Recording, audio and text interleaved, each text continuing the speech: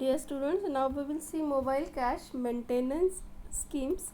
So data caching is especially important in mobile computing environment, and it is important for improving the data availability and access latencies, particularly because these computing environment are characterized by narrow bandwidth, wireless links and frequent voluntary and involuntary disconnection. So, however, these very features of mobile environment coupled with need to support the seamless mobility, and this make the challenging task. As we saw earlier, there are two different cache consistency approaches. First is strong cache consistency, second is weak cache consistency. Strong cache consistency specifies that the cache data always be up to date and polling every time, and invalidating data on modification are the two approaches to achieve the strong cache consistency.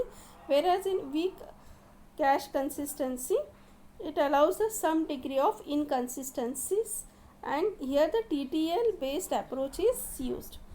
In general, there are three basic strategies for maintaining the cache consistency. First is polling every time, second is TTL based, and third is invalidation based. So here the polling every time and TTL based approach, the client initiates the consistency verification. Means here in this polling every time and TTL based, client is responsible for verifying the data consistency, whereas in TTL based whereas in invalidation strategy, server is responsible.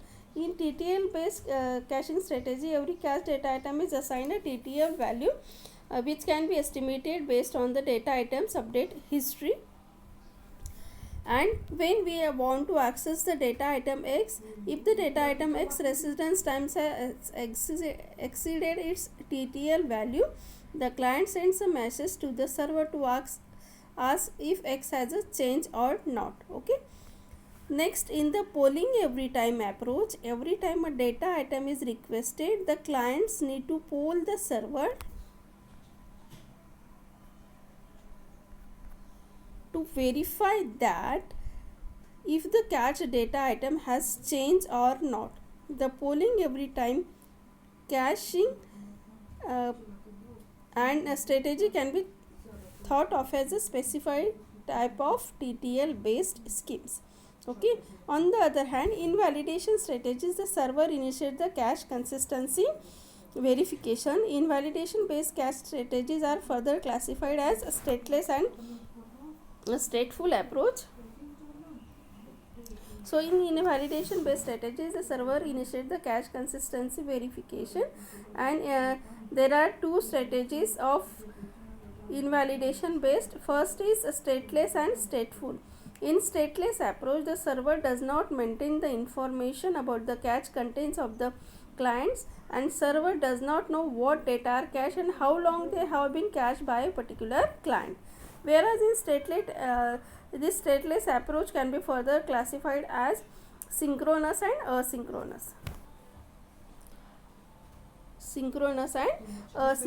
Whereas in synchronous approach, the server sends out invalidation report periodically, and in asynchronous approach, invalidation reports are sent out on data modification. Second state is stateful approach. A server keeps track of the cache contents of the clients, although stateful approach also classified into two, synchronous and asynchronous. One example of stateful asynchronous approach has been the asynchronous stateful scheme that we will see in the next session. So thank you so much.